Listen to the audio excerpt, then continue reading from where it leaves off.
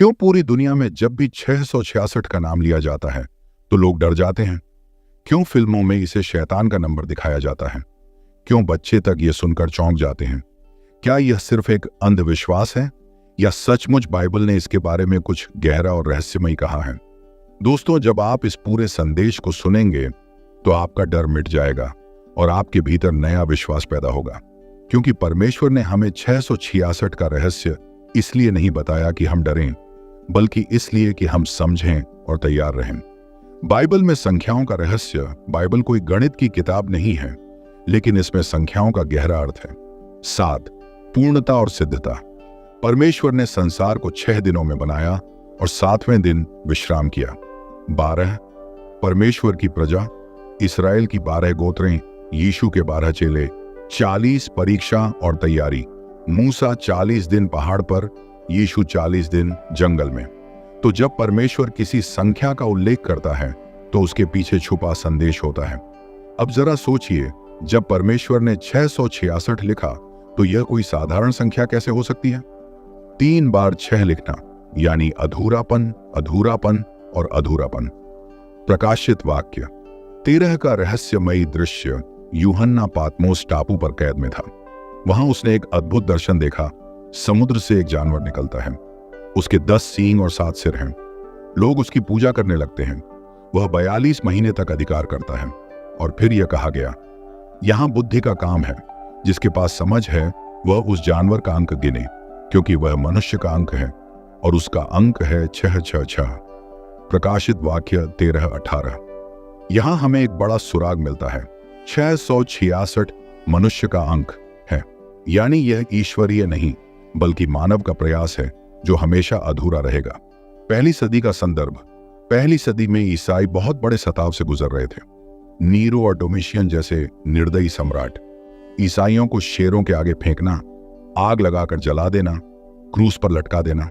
यूहन्ना ने यह दर्शन उन्हीं विश्वासियों को दिलासा देने के लिए लिखा। वह यह कहना चाहता था, डरो मत, चाहे शैतान कितना भी बलवान दिखे, उसका अंक हमेशा 6 रहेगा, कभी 7 नहीं बनेगा।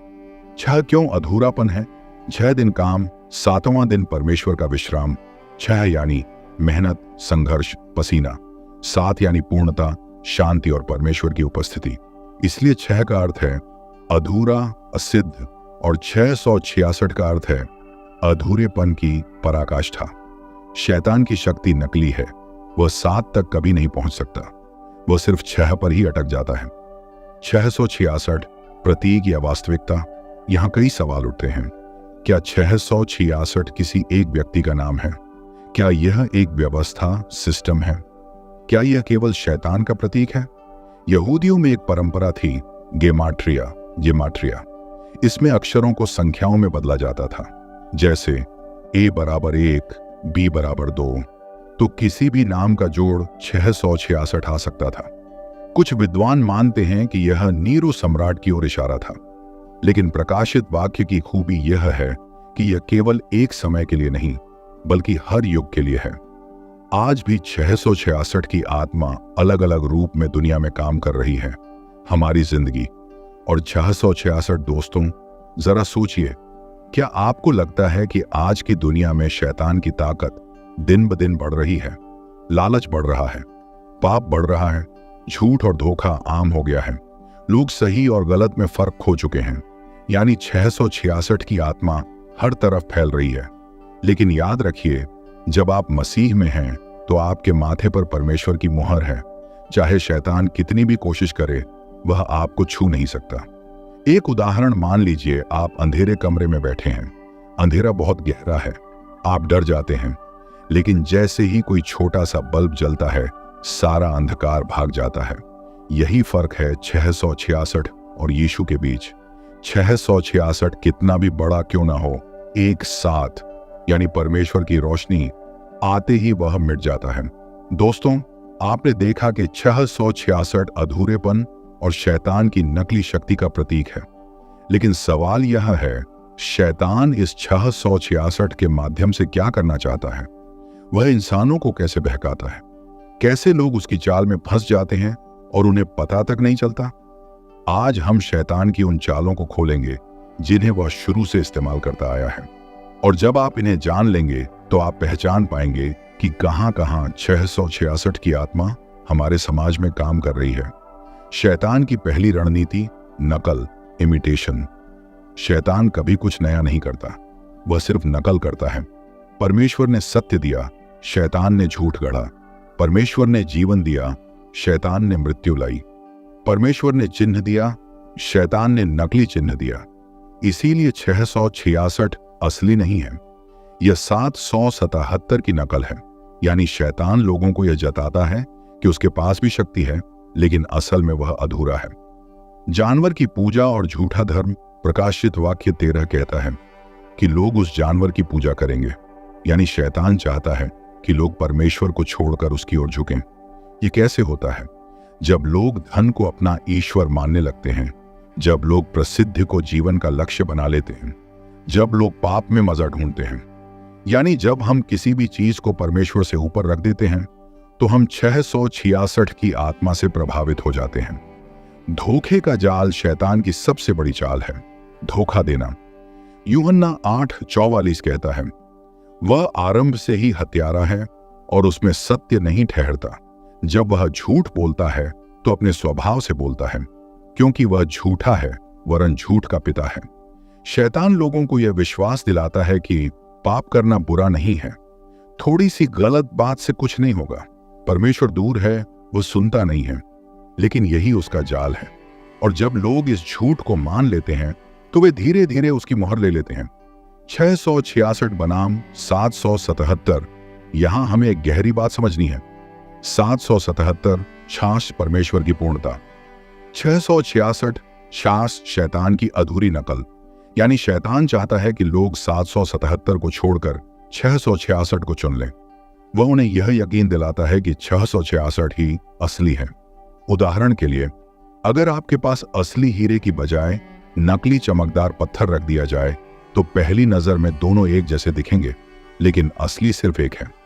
बाइबल के उदाहरण, शैतान का छल 1। आदम और हव्वा, उत्पत्ति 3।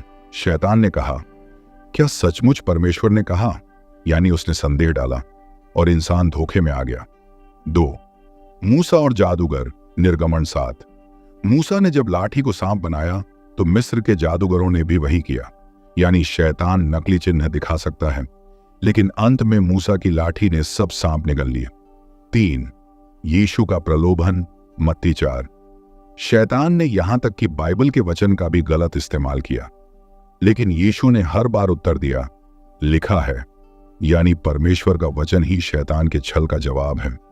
आज के समय का छल, आज शैतान 666 की आत्मा से कैसे काम करता है? झूठे धर्म और नकली प्रचारक, टीवी और मीडिया में पाप को सामान्य बनाना, टेक्नोलॉजी का गलत उपयोग, लालच और भ्रष्टाचार, रिश्तों में टूटन और नफरत। यानी 666 अब केवल किसी एक चिन्ह में नहीं, बल्कि एक पूरे वातावरण में फैल गया है। विश्वासियों से जुड़ाव। दोस्तों, क्या आपने कभी महसूस किया कि जब आप प्रार्थना करने बैठते हैं तो ध्यान भटक जाता है? जब आप बाइबल पढ़ना चाहते हैं तो नींद आने लगती है? जब आप सही करना चाहते हैं तो कोई ना कोई रुकावट आ जाती है? ये सब यूं ही नहीं होता। ये वही 666 की आत्मा है जो आपको परमेश्वर से दूर करने की कोशिश करती है। लेकिन याद रखिए, शैतान की ताकत केवल उतनी है जितनी आप उसे देते हैं। अगर आप यीशु के नाम पर खड़े हो जाते हैं तो वह कांप उठता है। एक जीवन कहानी, एक व्यक्ति था जो हमेशा डर में जीता था। वह सोचता था कि शायद उसके जीवन पर 666 का श्राप है। लेकिन जब उसने यीशु मसीह को स्वीकार किया तो उसने जाना, असली मुहर शैतान की नहीं बल्कि पवित्र आत्मा की है। उस दिन से उसका जीवन बदल गया। आज वह कहता है, मैं पहले डरता था, लेकिन अब मेरे माथे पर यीशु की मुहर है। 666 हमें डराने के लिए नहीं, बल्कि चेताने के लिए है, ताकि हम शैतान के छल को पहचान सकें और परमेश्वर की ओर लौट सकें। याद रखिए, शैतान नकली 666 दिखाता है, लेकिन परमेश्वर असली 777 देता है। और जब आपके माथे पर यीशु की मुहर है तो कोई भी नकली शक्ति आपको छू नहीं सकती। दोस्तों, अब तक हमने देखा कि 666 अधूरेपन और शैतान की नकली शक्ति का प्रतीक है। लेकिन एक सवाल हमेशा उठता है, आखिर यह संख्या किससे जुड़ी है? क्या बाइबल सिर्फ एक प्रतीक बता रही थी या किसी खास व्यक्ति की ओर इशारा कर रही थी? यहीं से शुरू होता है इतिहास का सफर। आज हम आपको प्राचीन काल से लेकर आधुनिक समय तक ले चलेंगे और देखेंगे कि अलग अलग विद्वानों और लोगों ने 666 की व्याख्या कैसे की। 1. रोमी साम्राज्य और नीरो यूहन्ना ने प्रकाशित वाक्य पहली सदी में लिखा। उस समय ईसाई सबसे ज्यादा सताव झेल रहे थे और उस सताव का कारण कौन था? रोमी सम्राट नीरो। नीरो इतना निर्दयी था कि उसने रोम में आग लगने का दोष ईसाइयों पर डाल दिया। फिर उन्हें शेरों के आगे फेंका गया, क्रूस पर चढ़ाया गया और जला दिया गया। अब यहूदियों और ईसाइयों के बीच एक पद्धति थी, जिमेट्रिया। इसमें नामों को संख्याओं में बदल दिया जाता था और जब नीरो सीजर लैटिन से हिब्रू में का अंक निकाला गया तो उसका कुल जोड़ निकला 666। यानी बहुत से विद्वान मानते हैं कि प्रकाशित वाक्य में 666 का पहला इशारा नीरो की ओर था। 2. डोमिशियन और अन्य सम्राट। नीरो के बाद डोमिशियन आया। वह भी खुद को ईश्वर कहलवाना चाहता था। उसके शासन में भी ईसाई सताव सहते रहे। कई विद्वानों का मानना है कि 666 सिर्फ नीरो ही नहीं बल्कि हर उस शासक का प्रतीक है जो खुद को ईश्वर बना लेता है और लोगों को अपनी पूजा करने पर मजबूर करता है। 3. चर्च इतिहास की व्याख्याएं। सदियों तक अलग अलग व्याख्याएं दी गई। कुछ ने कहा कि 666 पोप की कुर्सी का प्रतीक है, कुछ ने इसे इस्लामी साम्राज्य से जोड़ा, कुछ ने कहा कि यह नेपोलियन या हिटलर है। हर युग में लोग अपने अपने अनुसार यह संख्या जोड़कर देखते रहे और यह सच है कि कई बार यह गणना किसी नेता के नाम पर फिट भी बैठ जाती थी। 4. आधुनिक युग की व्याख्याएं। आज के समय में 666 को कई चीजों से जोड़कर देखा जाता है। क्रेडिट कार्ड और डिजिटल मुद्रा, माइक्रोचिप्स और बायोमेट्रिक पहचान, वैश्विक राजनीति और गुप्त संगठन, मनोरंजन जगत में छिपे शैतानी प्रतीक। बहुत से लोग कहते हैं कि यह सब जानवर की मुहर यानी 666 की आत्मा का हिस्सा है। 5. गलतफहमियां और डर। सदियों से 666 को लेकर बहुत अंधविश्वास फैला है। कोई गाड़ी का नंबर 666 हो तो लोग बेचैन हो जाते हैं। किसी घर का पता 666 हो तो लोग उसमें रहना नहीं चाहते। फोन नंबर में 666 आ जाए तो लोग बदलवा लेते हैं। लेकिन दोस्तों, याद रखिए, असली खतरा अंक से नहीं बल्कि उसकी आत्मा से है।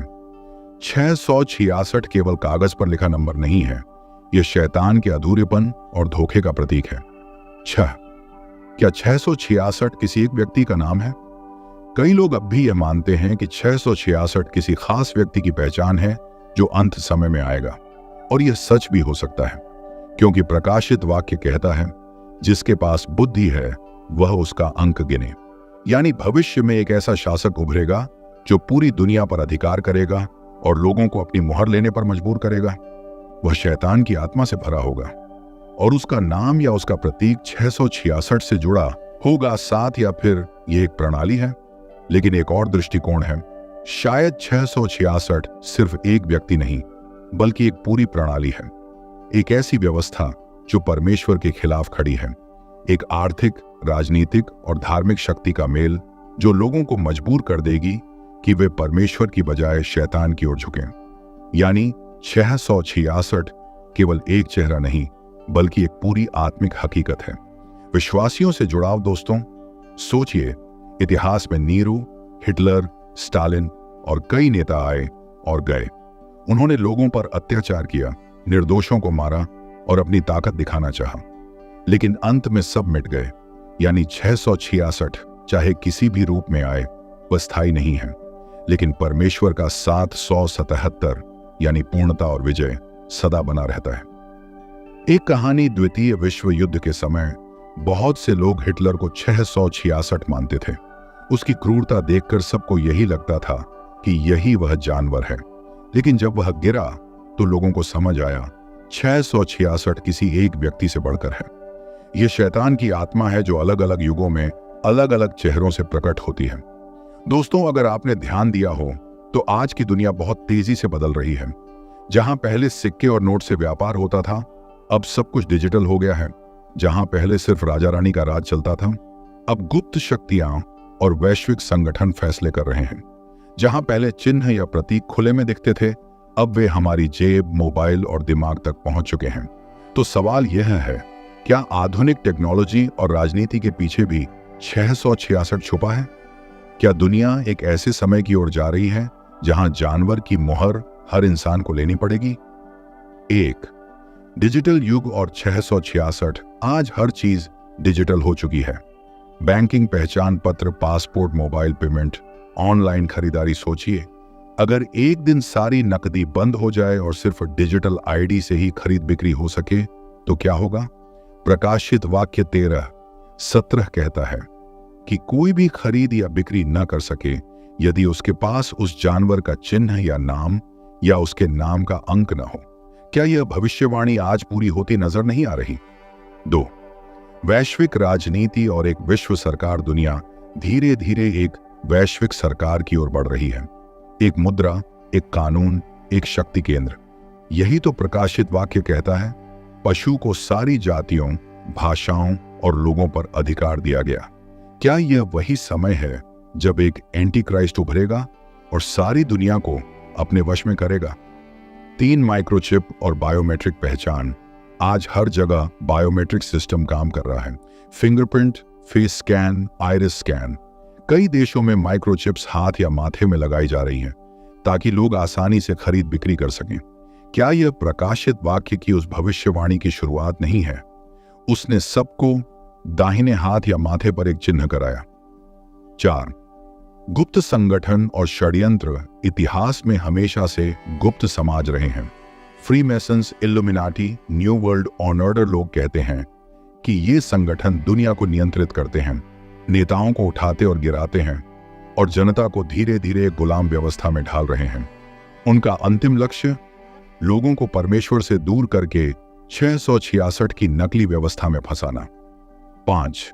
मनोरंजन जगत और 666। दोस्तों, आपने गौर किया होगा कि आज की फिल्मों, गानों और विज्ञापनों में अक्सर शैतानी प्रतीक छुपे होते हैं। पॉप गानों में 666 का इशारा, फिल्मों में एक आंख का चिन्ह, फैशन में शैतानी निशान। ये सब संयोग नहीं है, ये धीरे धीरे दिमागों को तैयार करने की योजना है ताकि लोग बाइबल की चेतावनी को मजाक समझें और शैतानी व्यवस्था को सामान्य माने। 6. कृत्रिम बुद्धिमत्ता AI और 666। आज आर्टिफिशियल इंटेलिजेंस हर जगह है। सोचिए, अगर एक दिन सारी अर्थव्यवस्था, सेना और राजनीति एक सुपर AI के हाथ में आ जाए तो क्या होगा? एक ऐसा सिस्टम जो हर इंसान को ट्रैक करे, जो तय करे कि कौन खरीद सकता है, कौन बेच सकता है, जो लोगों पर दबाव डाले कि वे उसकी मोहर लें। क्या यह वही जानवर की मूर्ति नहीं हो सकती जिसके बारे में प्रकाशित वाक्य चेतावनी देता है? 7. विश्वासियों के लिए चेतावनी। दोस्तों, बाइबल बार बार कहती है, जागते रहो क्योंकि समय निकट है। 666 की व्यवस्था धीरे धीरे आ रही है। यह अचानक नहीं आएगी, बल्कि हमें धीरे धीरे उसकी आदत डाल दी जाएगी। पहले डिजिटल आईडी, फिर कैशलेस सोसाइटी, फिर माइक्रोचिप और आखिर में जानवर की मोहर। विश्वासियों से जुड़ाव, लेकिन डरिए मत, क्योंकि बाइबल कहती है जो अंत तक स्थिर रहेगा वही उद्धार पाएगा। आपका नाम यदि जीवन की पुस्तक में लिखा है तो कोई शक्ति आपको 666 की मोहर लेने पर मजबूर नहीं कर पाएगी। परमेश्वर अपने बच्चों को बचाएगा। एक अफ्रीकी देश में जब ईसाइयों पर अत्याचार हुआ तो उनसे कहा गया, अगर तुम हमारी पहचान की मोहर नहीं लोगे तो तुम्हें खाना नहीं मिलेगा। लेकिन उन्होंने जवाब दिया, हम भूखे रह लेंगे लेकिन यीशु मसीह को नहीं छोड़ेंगे। दोस्तों, यही विश्वास चाहिए, यही साहस चाहिए, यही वह आत्मा है जो हमें 666 के धोखे से बचाएगी। परमेश्वर का वचन सबसे बड़ा हथियार इफिसियों 6:17 कहता है, आत्मा की तलवार लो जो परमेश्वर का वचन है। जब शैतान हमें धोखा देने की कोशिश करता है तो केवल एक ही चीज है जो हमें स्थिर रखती है, परमेश्वर का वचन। यीशु ने जंगल में शैतान का सामना कैसे किया? हर बार कहा, लिखा है, यानी वचन ही शैतान के झूठ को काटता है।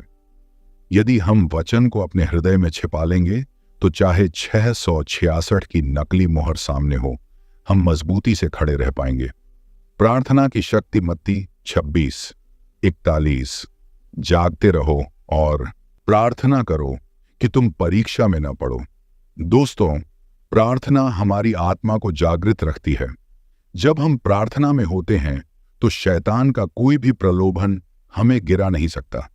शैतान चाहता है कि हम व्यस्त रहें लेकिन प्रार्थना न करें, लेकिन परमेश्वर चाहता है कि हम प्रार्थना में बने रहें ताकि हम 666 की आत्मा को पहचान सकें और उससे बच सकें।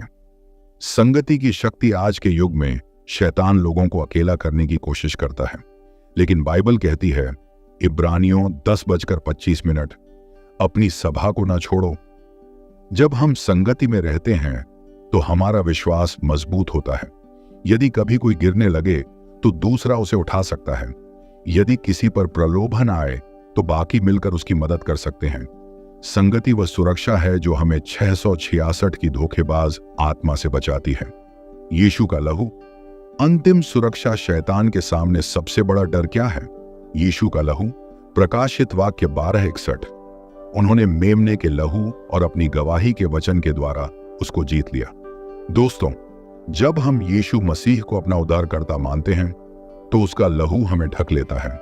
कोई शैतानी शक्ति, कोई 666 का प्रभाव उस सुरक्षा को तोड़ नहीं सकता। विश्वास में स्थिर रहना 1 पतरस 5:9। विश्वास में स्थिर रहकर उसका सामना करो। 666 की आत्मा डर पैदा करती है। अगर तुम मुहर नहीं लोगे तो खाना नहीं मिलेगा। अगर तुम मुहर नहीं लोगे तो नौकरी नहीं मिलेगी। अगर तुम मुहर नहीं लोगे तो मरना पड़ेगा। लेकिन विश्वास यही कहता है, मेरा परमेश्वर मेरी सारी जरूरतें पूरी करेगा। यानी विश्वास ही हमें अडिग बनाता है। पवित्र आत्मा का मार्गदर्शन। दोस्तों, पवित्र आत्मा ही हमें सही और गलत में फर्क करना सिखाता है। यूहन्ना 16:13। जब वह सत्य का आत्मा आएगा तो तुम्हें सारे सत्य में पहुंचा देगा। शैतान चालाक है, उसके झूठ बहुत आकर्षक लगते हैं, लेकिन पवित्र आत्मा हमें सचेत करता है यह परमेश्वर का नहीं है, यह धोखा है। यानी 666 की आत्मा से बचने के लिए हमें हर रोज पवित्र आत्मा की अगुवाई की जरूरत है। एक प्रेरणादायक कहानी। एक देश में जब ईसाइयों को मजबूर किया गया कि वे सरकार की नकली मुहर लें, तो एक छोटी लड़की ने अपने माता पिता से कहा, माँ पापा, अगर हम यीशु को मानते हैं तो हमें यह मुहर नहीं लेनी चाहिए। वे डरे हुए थे, लेकिन उस छोटी बच्ची की सादगी भरी आस्था ने उन्हें मजबूत कर दिया। उन्होंने कहा, हम भूखे रहेंगे लेकिन यीशु को नहीं छोड़ेंगे। दोस्तों, यही विश्वास परमेश्वर देखता है। यही विश्वास हमें 666 के धोखे से बचाएगा। व्यावहारिक कदम आपके लिए। 1, हर रोज बाइबल पढ़ें। 2, प्रार्थना को अपनी दिनचर्या बनाइए। 3, विश्वासियों की संगति में बने रहिए। 4, पवित्र आत्मा की आवाज को सुनिए। 5, डर की जगह विश्वास को चुनिए। यानी चाहे 666 की आत्मा कितनी भी ताकतवर क्यों न लगे, हमारे पास उससे कहीं बड़ा परमेश्वर है। अब समय है उस अंतिम रहस्य को खोलने का। 666 के मुकाबले 777 का अर्थ क्या है? अंत में जीत किसकी होगी? 1, 777 का अर्थ परमेश्वर की पूर्णता। जहां 6 का अर्थ है अधूरापन, वहीं 7 का अर्थ है पूर्णता। बाइबल में 7 का महत्व। 7 दिन में सृष्टि पूरी हुई। 7 तुरहियां, 7 कटोरे, 7 मोहरें। प्रकाशित वाक्य में 7 बार क्षमा करने की शिक्षा, यानी 7 परमेश्वर की संपूर्ण योजना का प्रतीक है। और जब यह 3 बार आता है 7-7-7, तो इसका अर्थ है परमेश्वर की परिपूर्ण विजय, शाश्वत शक्ति और अंतिम न्याय। शैतान का अंतिम युद्ध। प्रकाशित वाक्य 19 और 20 अध्याय हमें बताता है कि शैतान अपनी पूरी ताकत लगा देगा। वह राष्ट्रों को इकट्ठा करेगा। वह जानवर और झूठे नबी के साथ आएगा। वह पवित्र लोगों के खिलाफ युद्ध करेगा। लेकिन तभी आकाश खुल जाएगा और यीशु मसीह सफेद घोड़े पर प्रकट होंगे। उनके मुंह से तलवार निकलेगी, यानी परमेश्वर का वचन, और उनके वस्त्र पर लिखा होगा, राजाओं का राजा और प्रभुओं का प्रभु। 666 की हार। शैतान चाहे कितना भी चतुर हो, 666 चाहे कितना भी डर फैलाए, लेकिन अंत में वह यीशु मसीह के सामने टिक नहीं पाएगा। प्रकाशित वाक्य 20:10। और उस शैतान को आग और गंधक की झील में डाल दिया जाएगा। यानी 666 का अंत तय है। वह अस्थाई है, लेकिन यीशु की विजय सदा की है। विश्वासियों की विजय बाइबल कहती है, प्रकाशित वाक्य 21:7, जो जय पाएगा वही इन सब का वारिस होगा, और मैं उसका परमेश्वर होऊंगा और वह मेरा पुत्र होगा। यानी जो लोग 666 की मुहर लेने से इनकार करेंगे, भले ही वे कष्ट उठाएं, भूख झेलें या मौत का सामना करें, अंत में वे यीशु के साथ राज्य करेंगे। उनके लिए नई पृथ्वी और नया आकाश तैयार है। नया यरूशलेम 777 का गौरव प्रकाशित वाक्य 22 में लिखा है कि यूहन्ना ने नया यरूशलेम उतरते हुए देखा। वह स्वर्ग से उतर रहा था, जैसे दुल्हन अपने पति के लिए सजती है। वहां न आंसू होंगे, न रोना, न दर्द, न मृत्यु। यानी 666 का भय हमेशा के लिए मिट जाएगा और 777 की पूर्णता प्रकट होगी। दोस्तों, 666 हमें डराता है, लेकिन 777 हमें आशा देता है। 666 कहता है मुहर लो, नहीं तो भूखे रहोगे। 777 कहता है मनुष्य केवल रोटी से नहीं, परमेश्वर के वचन से जीवित रहेगा। 666 कहता है यदि झुकोगे नहीं तो मरोगे। 777 कहता है यदि मेरे लिए मरोगे तो सदा जीवित रहोगे। यानी असली सवाल यह नहीं है कि 666 कौन है, बल्कि यह है कि क्या हम 777 के पक्ष में खड़े हैं। व्यावहारिक जीवन के लिए शिक्षा 1, डर पर विजय पाओ, क्योंकि शैतान डर से काम करता है। 2, विश्वास में स्थिर रहो, क्योंकि 777 केवल विश्वासियों के लिए है। 3, यीशु से जुड़ो, क्योंकि वही है जो अंतिम दिन 666 पर विजय देगा। 4, दूसरों को चेताओ। यह रहस्य केवल आपके लिए नहीं, बल्कि पूरी दुनिया के लिए है। एक अंतिम कहानी एक गरीब किसान था, जिसे जबरदस्ती सरकार की मुहर लेने के लिए मजबूर किया गया। उससे कहा गया, अगर तुम यह चिन्ह नहीं लोगे तो तुम्हें और तुम्हारे परिवार को मार दिया जाएगा। उसने अपनी पत्नी और बच्चों की ओर देखा, फिर आकाश की ओर, और कहा, हम मरना स्वीकार करेंगे, लेकिन 666 की मुहर नहीं लेंगे। हमारा नाम जीवन की पुस्तक में लिखा है। उसकी मौत हो गई, लेकिन उसी रात उसके गांव में बहुत से लोग यीशु पर विश्वास करने लगे। दोस्तों, यही है असली विजय, यही है 777 का रहस्य। तो दोस्तों, याद रखिए, डर मत 666 से, भरोसा रखिए 777 पर, क्योंकि अंत में हर चीज यीशु के सामने झुकेगा और हर जीभ स्वीकार करेगी कि यीशु मसीह प्रभु है।